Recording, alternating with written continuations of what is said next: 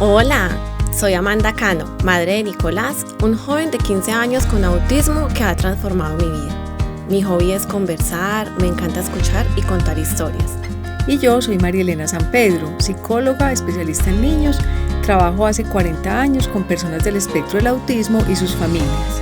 El objetivo de este podcast es mitigar el sentimiento de soledad y confusión que atravesamos tantas familias con un hijo con TEA, compartiendo nuestras experiencias y reflexiones. No pretendemos ofrecer apoyos profesionales o terapéuticos, pero esperamos que nuestras tertulias sirvan como motivación o soporte para muchos padres. Nos encanta que puedan escucharnos. Bienvenidos. Hola, en el episodio de hoy vamos a hablar del abordaje terapéutico de las personas del espectro del autismo y cómo ha ido cambiando a lo largo de los años. Las palabras abordaje terapéutico, terapia, intervención terapéutica, terapias, son todas palabras sinónimas que tienen que ver con la forma como le debemos ayudar a las personas con autismo a mejorar y a tener una mejor evolución y un mejor desarrollo. Realmente este es un tema que creemos importante porque sabemos que las familias con seguridad en muchos momentos se sienten desorientadas cuando quieren saber, cómo ayudarle eficientemente a sus hijos y van a encontrar una cantidad de ofertas y no saben realmente cuáles deben escoger. Entonces, para hablar de este tema tenemos una invitada muy especial que es la doctora Patricia Gaviria. Estamos muy contentas de tenerla acá. Patricia es una persona que realmente ha tenido una trayectoria impresionante y muy impactante en este tema del autismo, así muchos papás no la conozcan directamente. Patricia es psicóloga, tiene una maestría en psicología clínica y algo bien relevante y es que es la fundadora de la actual Fundación Integrar.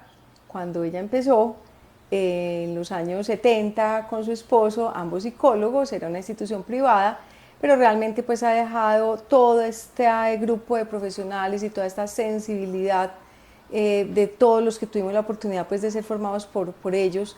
Entonces es alguien que ha aportado muchísimo y por eso creemos que es alguien clave para que nos cuente cómo ha ido cambiando esta intervención del autismo a lo largo de los años. Entonces, bienvenida Patrick, qué rico tenerte acá.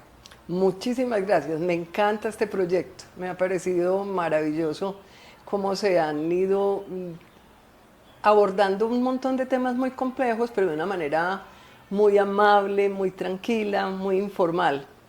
Estoy realmente maravillada y encantada de estar con ustedes. Ay, y nosotras sí que más de tenerte que aceptar nuestra invitación. Empecemos entonces con el punto tradicional de este podcast, que es que nos compartas un corto momento eterno. Y este sí fue no muy corto, pero sí pareció eterno. Los papás de un niño pequeño, era un niño como de unos 5 años en ese momento, me pidieron que los acompañara por unos días para compartir con ellos, para acompañar en un momento pues importante porque se iba a hacer un tratamiento o una intervención especial para ese chiquito y porque habían muchas problemáticas en ese momento con el niño que ellos querían saber cómo podían ser manejadas esas situaciones que eran muy difíciles. Una de ellas era comer, porque a este chiquito comer le parecía lo peor que le podía haber pasado en la vida. O sea, prácticamente él no quería que nada pasara por su boca. Y bueno, entonces se llevaron la experta a que le ayudara a ese chiquito a comer. Cuénteme en qué le gusta más al niño, era pues mi pregunta, etcétera. Entonces, no, es que el niño prácticamente no come nada. Ocasionalmente le parecen interesantes los espaguetis. Y dije, perfecto, entonces hagamos unos espaguetis muy simples, muy sencillos, que es como lo que le gusta a los niños y vamos a ver cómo nos va con los espaguetis. Muy bien, me senté con el niño, con el plato de espaguetis y yo empecé, vamos a comer, esto está delicioso. Primera cucharada, la boca cerrada, bien cerrada. Yo, no, vamos, están deliciosos. Segunda cucharada, no, para nada. No, mira, es que hay que comer. Entonces ya yo me puse en el plan de que era muy importante comer, vamos a comer, yo quiero que tú me abras la boca, iba con la cuchara y el plato de espaguetis me cayó todo encima, enterito, la cocina, absolutamente todo quedó bañado en espaguetis. Yo no sabía si correr, si esconderme. Lo peor de la historia es que al muy poco tiempo supe que había sido un gran error porque este niño tenía un enorme problema de defensividad táctil en la boca.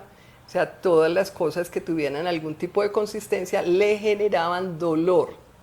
Entonces, fue mucho peor cuando ya supe que era lo que había pasado, que yo había, de alguna manera, había maltratado a ese niño y se supone que era pues la súper experta que le iba a ayudar a comer. O sea que tal vez el corto momento, fueron dos, el de los espaguetis y el de la culpa cuando te enteraste. La culpa que fue terrible cuando ya vi que era lo que realmente le pasaba, porque lo único que finalmente me aceptó como primera forma de comer fue gelatina, y ahí fue donde me di cuenta que realmente lo que le pasaba era que tenía problemas serios con su defensividad táctil. Tremendo. Bueno, y por ejemplo, en este momento de mi vida, a mí que me tocó empezar la intervención con mi hijo hace 13 años, lo que nos encontramos específicamente en la Fundación Integrar, que como decía María Elena, pues la fundaste y digamos que mucho de lo que se hace es como por ese tipo de experiencias donde supongo que entonces fuiste aprendiendo y fueron conociendo más y todo. Lo que yo me encontré y lo que he aprendido es que la terapia, por decirlo así, que le hemos hecho a Nicolás es muy basada en entornos naturales, en que Leonardo y yo como papás aprendamos, que le entreguemos el conocimiento a nuestra familia, a los allegados, que observemos mucho a Nicolás y empecemos nosotros mismos como a personalizar mucho lo que Nicolás necesita en cuanto a adecuaciones del entorno, acomodación de los tiempos, los temas sensoriales, pero todo como un plan muy personalizado que le vamos armando entre los profesionales y nosotros, pero basado en las necesidades específicas del niño y basado en crearle habilidades para la vida o como para que se defienda mejor en este mundo que le tocó, ¿cierto? Eso es lo que a mí me ha tocado y me encanta que haya sido así y hoy siento mucho beneficio de esa metodología. Pero, ¿ha sido así siempre? No, para nada. La historia es bastante dramática y triste realmente.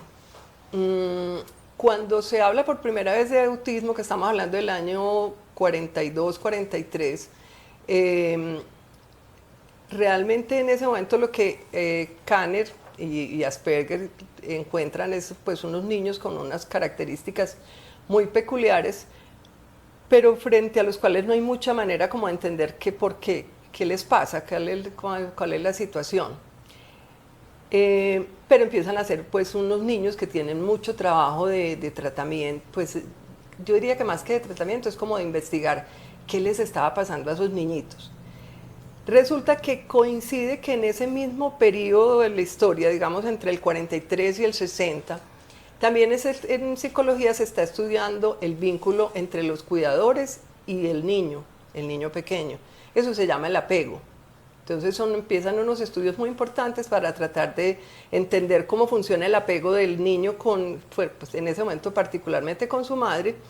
Y un investigador muy importante, John Bowlby, hace una clasificación y dice que los niños se pueden ver como niños, algunos que tienen un apego muy seguro, que están muy tranquilos, que se guían mucho de la mamá para poderse mover, que tienen muy buenas relaciones sociales, que son muy buenos exploradores, pero que también tenemos otros niños que son niños con apegos inseguros y que corresponden normalmente a niños que tienen muchos problemas con sus relaciones sociales, con su manera de explorar el mundo, y sus mamás por lo general van a ser mamás con muy poca sensibilidad para entender las necesidades de los niños. Entonces él incluso habla como de mamás frías.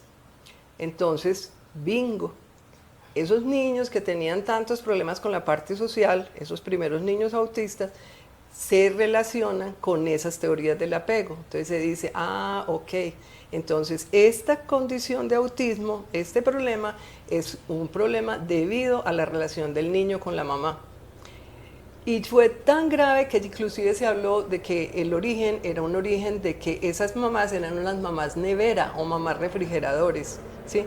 Y toda la culpa se puso sobre la mamá. Entonces la primera intervención que se dio en el mundo fue la peor de todas. Se llamó la Escuela Ortogonal, la fundó un psicólogo, Bruno Bettelheim, y lo que hizo fue separar a los niños de las familias porque esas mamás eran las responsables.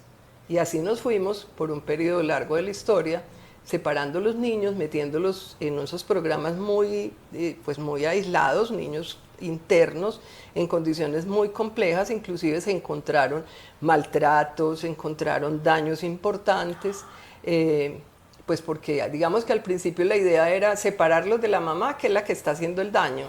Pero en el camino pues terminaron siendo más los daños para los niños, pues porque no todos los cuidadores que se contrataban eran buenas personas. No, y de entrada la separada de la mamá, pues a mí pues me suena súper absurdo. Sí, pero es que ella era la mala de la historia, ¿sí? Y eso era lo que se conocía. Y eso era lo que se conocía basado en esa teoría que se había encontrado sobre el apego. Entonces pues desafortunadamente son esas veces que la historia hace unas igualaciones muy raras, y eso llevó a que por mucho tiempo entonces la intervención fuera una intervención muy dolorosa para los niños, porque era perder todo lo que, pues, perder su familia, perder su casa, perder su espacio que conocían.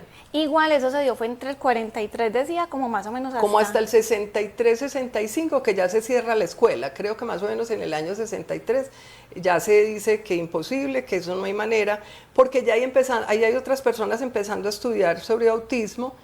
Muchos fueron papás, entre ellos el doctor Bernard Rimland, también papá de una persona con autismo, y empiezan a pensarse de que no, que ahí hay un asunto que tiene que ver como con la biología, que no es un asunto pues de que sea causado por la mala crianza o por esa mamá fría y distante, sino que era una condición que tenía que ver con aspectos más de biología. Entonces empiezan a cambiar las cosas pero bueno, desafortunadamente también hemos descubierto en ese momento, está muy en auge, todo lo que se conoció como modificación de conducta. O sea, se había descubierto que los psicólogos tenían habían encontrado unos principios del comportamiento humano, ¿sí? Y entonces, con esos principios se montó todo un trabajo que se conoció como modificación de conducta, y digamos que el segundo momento en el autismo fue, no, entonces todo está mal, lo tenemos que modificar, ¿sí? Tenemos que cambiar esas conductas, todas esas conductas son problemáticas, ¿sí? Uh-huh. Y entonces empezó a hacer un trabajo que hoy por hoy todavía desafortunadamente se hace algunas veces, pues ya no es lo más común, pero todavía se hace, y que las personas con autismo, los movimientos grandes de personas con autismo, de autodefensa, dicen, por favor, no más nos traten de esa manera, porque eran unos tratamientos muy, muy rígidos, muy de conseguir las cosas, cueste lo que cueste. Y en el cueste lo que cueste podían ser golpes, podían ser choques eléctricos, podían ser inhalaciones de amoníaco, lo que se necesitara, buscando que esa persona cambiara esos comportamientos que se pensaban pues que eran problemáticos, ¿cierto? O sea, no el tratar de entender qué eran, sino, no, es que son problemas, entonces como problema hay que quitarlos. Ahí sí fue, el fin justifica los medios. A mí me tocó como hace por ahí 8 o 10 años, en un evento, unas jornadas de autismo, de esos pues que son como un pequeño congreso donde hay diferentes conferencistas, talleres, y me tocó una charla de 2 horas, una terapeuta explicando cómo se debía forzar a que el niño mirara. Entonces yo era como impresionada porque nos explicaba, cójale la cara, voltéela, tiene que hacer, y siempre tenía que haber como ese contacto físico, sí, y visual, donde garantizara, y si le dices mírame y no, entonces le tienes que coger la cara así, se la volteas, y yo como que ay Dios, y todavía hace como 8 o 10 Sí. años. Sí, por eso te digo, inclusive por eso los movimientos de autodefensa están dando esa pelea de que se acaben esas prácticas de modificación de conducta, porque los principios son correctos, o sea, todavía hoy los grandes métodos, o sea, que están teniendo resultados, son basados en esos principios, pero lo que no funciona, y ya sabemos que no debe ser así, son esas metodologías de modificación de conducta de cueste lo que cueste, hay que conseguir que la conducta sea tal, ¿sí? Eso sí, ya, digamos que eso está erradicado en teoría, en investigación, eso está totalmente erradicado, pero con seguridad que vamos a encontrar todavía quien hace ese tipo de prácticas. Y entonces ya esa se ha ido desvaneciendo y ya ahí sí la que me tocó a mí. Y ahí ya la que te tocó a ti, sí. Bueno, hay un momento intermedio, o sea, ya como entre los 80 y el 2000, no, 90 y el 2000, que se empieza a hacer un trabajo de entender como un poquito más allá, entonces, qué es lo que está pasando, ¿cierto? Ya había la parte biológica, entonces ahora vamos a entender como a nivel mental qué es lo que puede estar pasando. Entonces es un periodo en que se empiezan a hablar de que estos niños tienen problemas con las habilidades mentalistas, la famosa teoría de la mente. Se habla también de que estos chiquitos pueden tener un asunto importante a nivel como de la manera que perciben los estímulos, y se dice que tienen una débil coherencia central, o sea, que les queda difícil cuando hay un estímulo muy complejo, como verlo todo completo y entenderlo, darle significado, que lo normal es que más bien se queden en un pequeño detalle y entonces se les pierde el significado de la situación que se está presentando. Entonces pueden estar mirando en un funeral muy triste la cara de alguien que está haciendo, no sé, un gesto extraño y esperarse a morir de la risa, porque lo que están viendo es ese detalle, la cara de esa persona que está haciendo un gesto extraño. Entonces se les pierde el contexto de que es un funeral y que la situación es de tristeza, ¿sí? Entonces ese es otro periodo. Bueno, también se habla en ese momento que en esa década es una década también de las funciones ejecutivas, que son chiquitos con problemas para planear, para solucionar problemas. Entonces empiezan a hacer muchos trabajos en ese sentido, en tratar de desarrollar en ellos ese tipo de habilidades, ¿cierto? Habilidades para solucionar problemas, para planear, para organizar cosas, ¿cierto? Y de ahí surgen pues programas muy interesantes. Uno de ellos, por ejemplo, es Teach, que es el programa de enseñanza estructurada, que está basada en esas teorías de que lo que es importante es organizar el mundo de estos chiquitos para ayudarles a que haya una mejor comprensión. Entonces esa es, y ya sí, es el momento que te tocó a ti, que es digamos los 2000 para acá, que pasan dos cosas importantes en el mundo. Uno es como toda la comprensión ya más en forma de lo que está pasando en autismo, al trabajar más todas estas teorías, tener ya mucho más trabajo en biología molecular, en genética, que empezamos, por ejemplo, a decir, bueno, ya como 1000 genes que tienen que ver con autismo. Y entonces ya hay ese momento, más otro momento que se dice, un momentico, empecemos a ver toda la discapacidad de otra manera. Siempre hemos pensado que la discapacidad es la ausencia de la capacidad de la persona y que sea como sea, esa persona tiene que funcionar igual que el resto de la humanidad. Vengan, ¿es todo allá o realmente es que el mundo está hecho de manera que no sirve sino para unos cuantos? ¿Sí? ¿No será que es que tenemos que ajustar el mundo de manera que quepamos todos? Y empezamos a hablar de exclusión, de la inclusión, del modelo social de la discapacidad, y empezamos a decir, no, entonces un momentico, si estos muchachitos lo que tienen es una condición biológica que por epigenética entonces se desarrolla el gen que sea, bueno, entonces el asunto es que no vamos a hablar entonces de que lo vamos a curar o lo vamos a quitar, sino vamos a ayudarles a que entiendan el mundo, a que vivan mejor en ese mundo. ¿Cómo? Con apoyos, ¿sí? Vamos a empezar a apoyarlos, vamos a empezar a hacer adecuaciones, vamos a empezar a organizar el mundo para que en ese mundo tan complejo quepan estas personas que tienen esas características que encajan muy poquito en ese mundo complejo, ¿sí? Empieza por las relaciones sociales. Las relaciones sociales son súper complejas, ¿sí? ¿Qué nos parece más difícil que una relación de pareja? Otra relación de pareja, ¿sí? Entonces todas esas cosas tan difíciles, si nos parecen difíciles a nosotros que supuestamente tenemos esas habilidades, imagínense para una persona que esas habilidades son deficientes. Entonces empezamos como a entender eso, un momentico, es que hay que empezar a cuadrar mejor las cosas para que estos chiquitos tengan una vida mejor. Empezamos a hablar de calidad de vida. Patricia, yo escuchándote me pasan como por mi recuerdo como esos 40 años de trabajo y cuando empezamos pues con ustedes, yo creo que lamentablemente se desconocía mucho lo que era realmente la particularidad del autismo. Total. Yo tengo también el recuerdo de querer de la mejor manera y con la mejor intención, quererles enseñar a todos habilidades.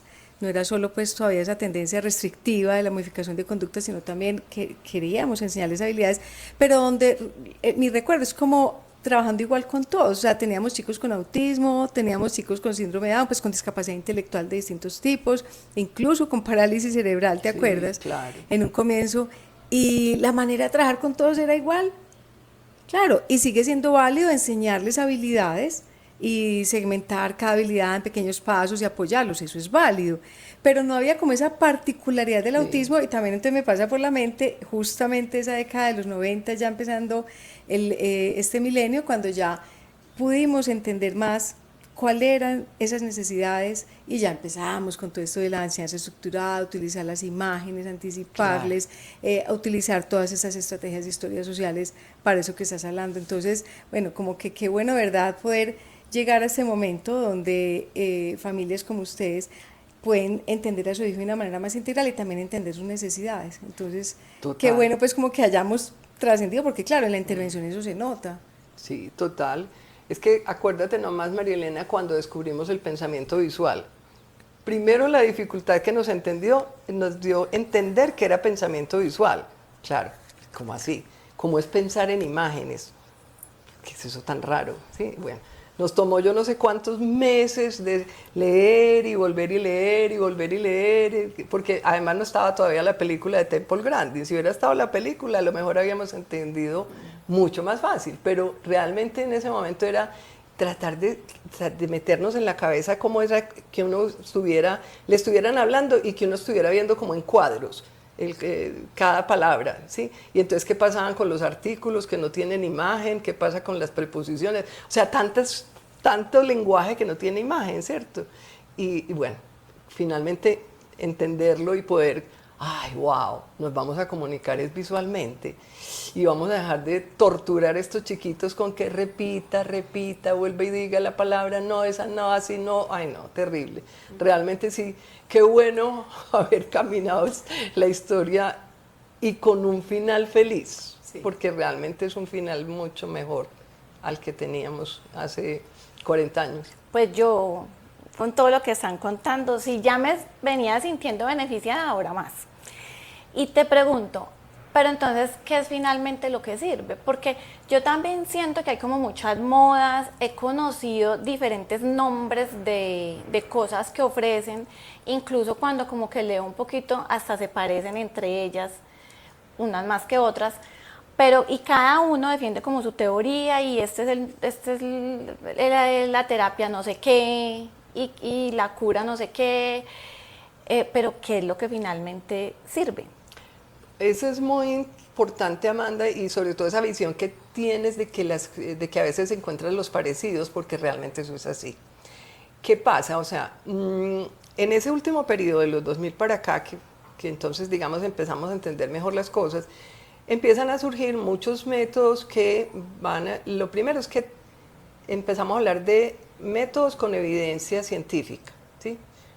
Eso pues es muy complicado explicar cómo es que se hace toda la parte de investigación para poder decir, sí, ese método sí tiene evidencia de que sea eficaz y seguro, porque son las dos condiciones, ¿sí? No solamente es que le sirva al niño para mejor desarrollo, sino que sea seguro para ese niño, que lo esté cuidando, ¿sí? No es que como en 50 años atrás que cualquier cosa valía, no, es que sea seguro para el niño.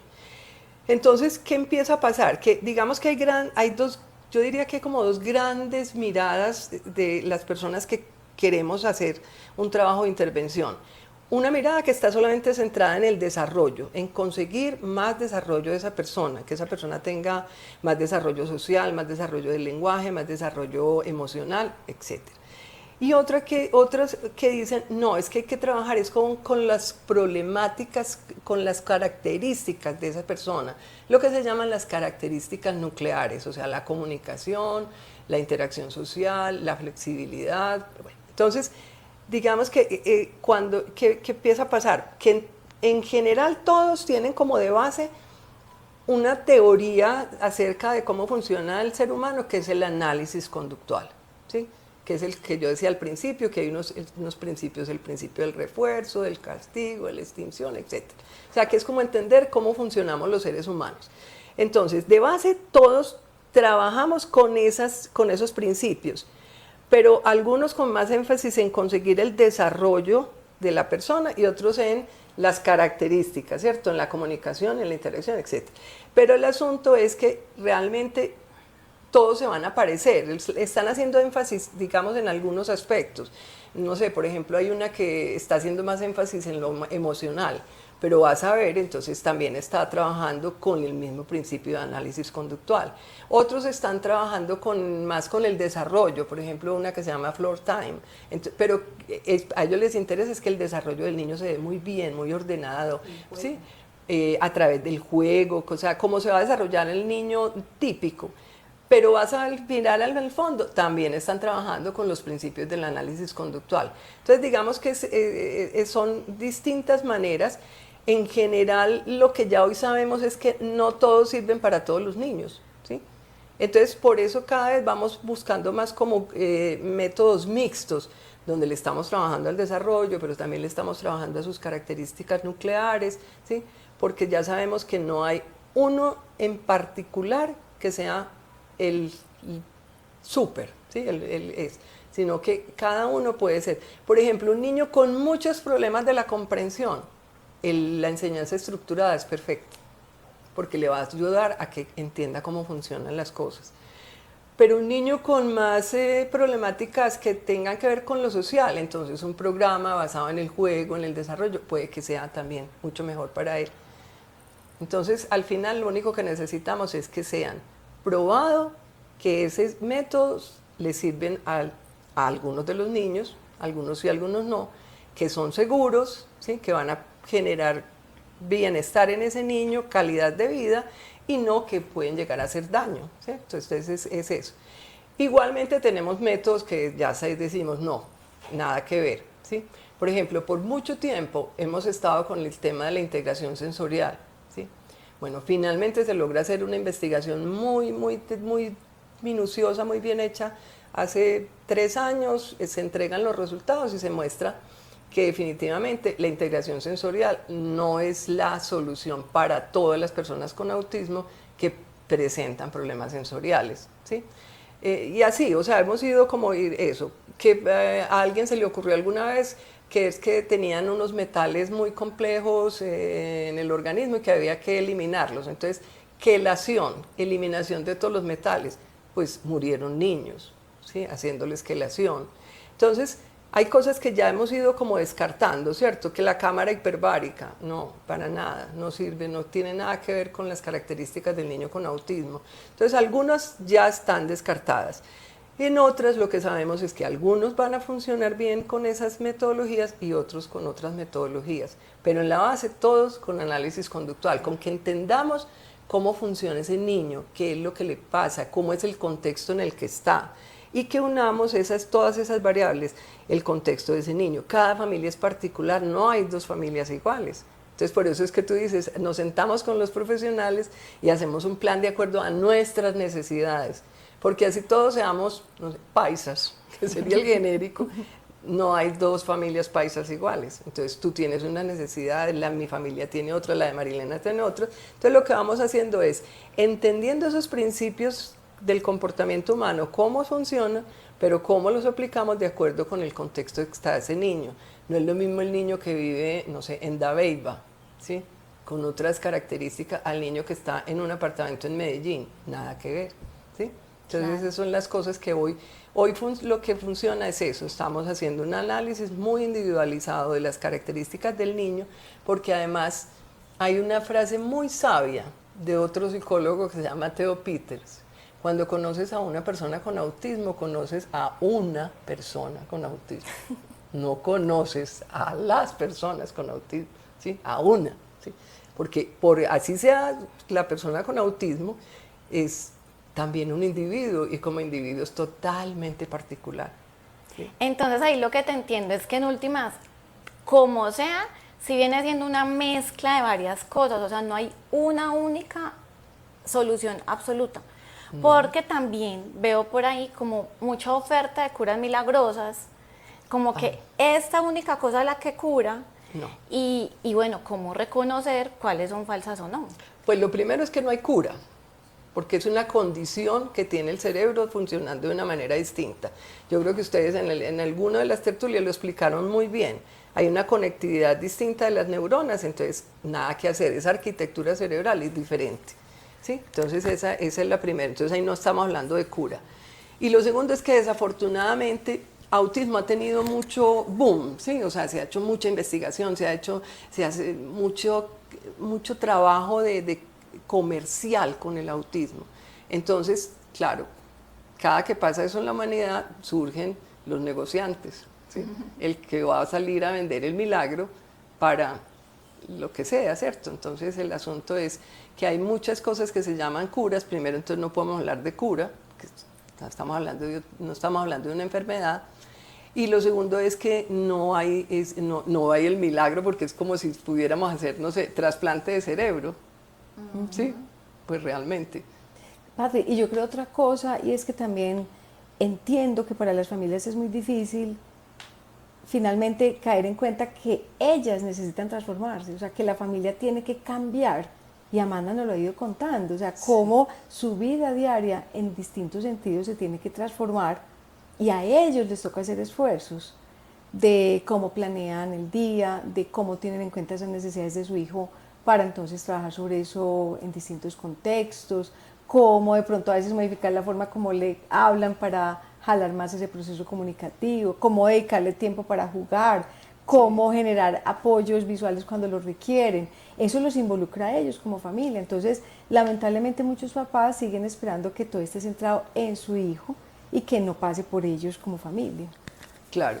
Y además, María, que sí es una condición compleja, ¿cierto? Tiene unas características muy complejas y entonces pues yo me imagino que hay momentos en que uno dice, qué bueno un milagro, ¿sí? Qué bueno que todo amaneciera diferente y volviéramos a empezar y las cosas fueran distintas. Es que a mí me ha pasado en esos 13 años, como yo soy tan conversadora, entonces como que con tanta familia que conozco y todo, me he encontrado en el camino una cantidad de familias que van como abandonando.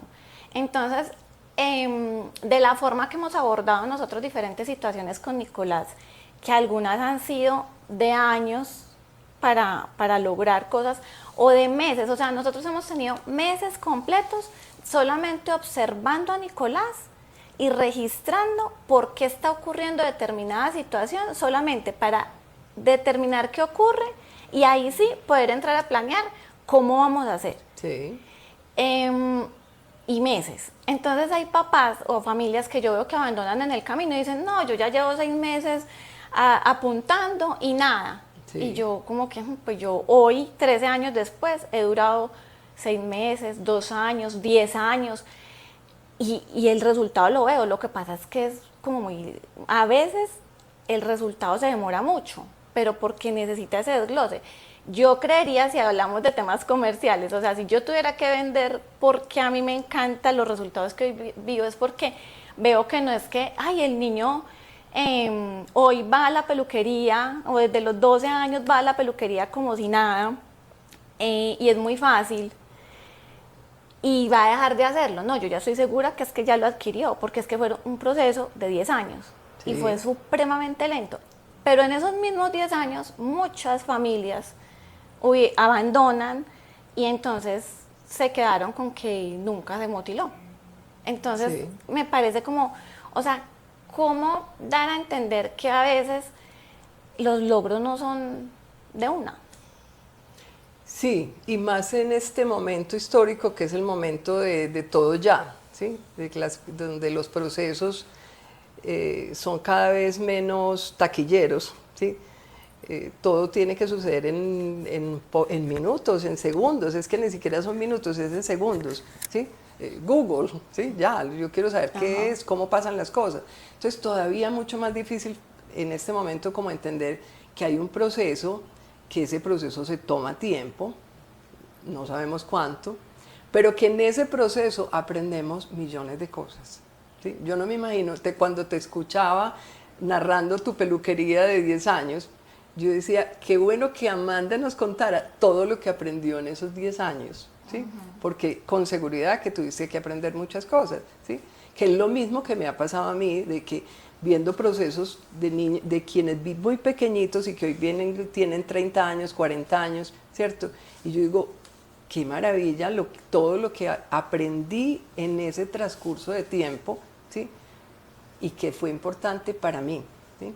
O sea, no solamente para esa persona, sino también todo lo que a mí me dio.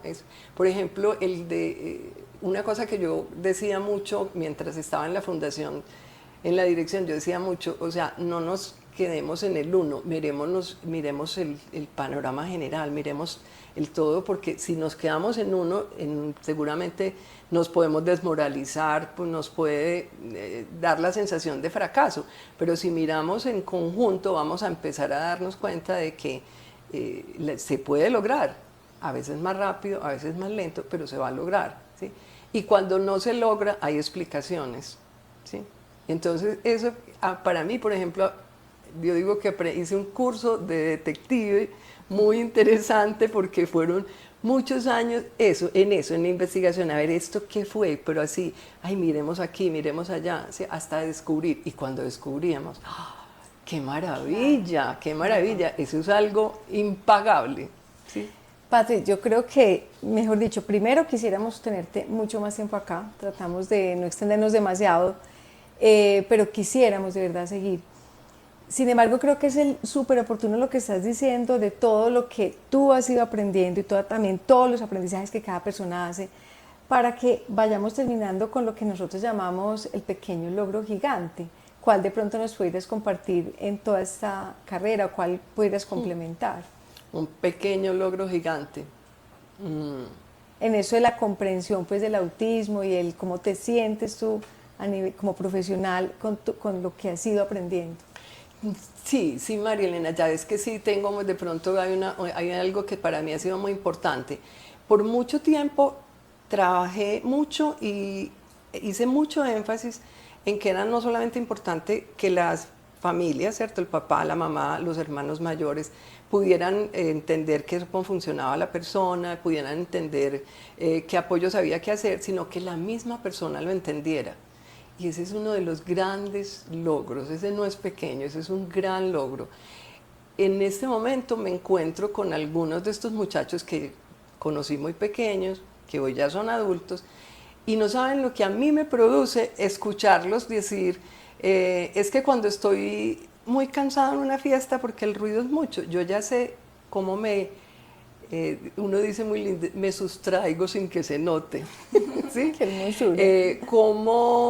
Cómo descubrí que el calor es una cosa que me produce mucho malestar y que se solucionaba con un ventilador que yo soy el que prendo, y como esa satisfacción de esa persona diciendo, yo me proveo mis apoyos, ¿sí? Yo sé cuáles son las adaptaciones que tengo que hacer, ¿sí?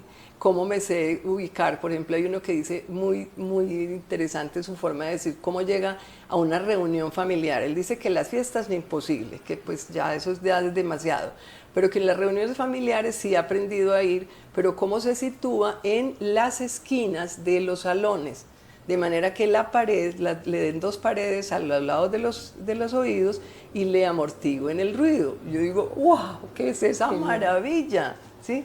Llegar a tener ese conocimiento de sí mismo. Entonces, para mí ese sí es el gran logro, haber logrado que no puede que no todos, pero que sí algunos muchachos me vengan a contar hoy que eso que tanto trabajamos de tienes que aprender, tienes que entender, tienes que ver cómo solucionas tus problemas, lo estén logrando. O sea, que también todos esos apoyos apropiados, esa intervención terapéutica apropiada, finalmente incide en el conocerse mejor y conocer también sus apoyos y autoproporcionarse. Y autoproporcionarse. Genial. Sí. Bueno, Patri, pues de verdad, muchas gracias. Yo creo que un aporte buenísimo también para tantos papás que nomás tuvieron esta última etapa, mirar esto cómo ha cambiado, y para algunos que, como decíamos, probablemente también aún están en esa confusión de tantas ofertas terapéuticas. Yo creo entonces que podemos ir concluyendo cómo la intervención del autismo ha ido cambiando a lo largo de los años, y empezando por una visión totalmente errónea de lo que era el autismo, como entonces poco a poco hemos ido incorporando conocimientos científicos, entender mejor la naturaleza del autismo, combinado de eso con también toda esa metodología que tiene que ser estructurada, que nos la proporciona el análisis conductual, en donde definimos metas muy individualizadas, donde planteamos unos objetivos para cortos plazos, cómo vamos utilizando también estrategias conductuales para ir generando esos objetivos que queremos, y finalmente tener la posibilidad de conocer críticamente y evaluar críticamente esas ofertas mágicas que definitivamente, pues entonces si ya de entrada tienen ese sello de cura mágica, ya debemos dudar. Definitivamente cruzando también por la familia.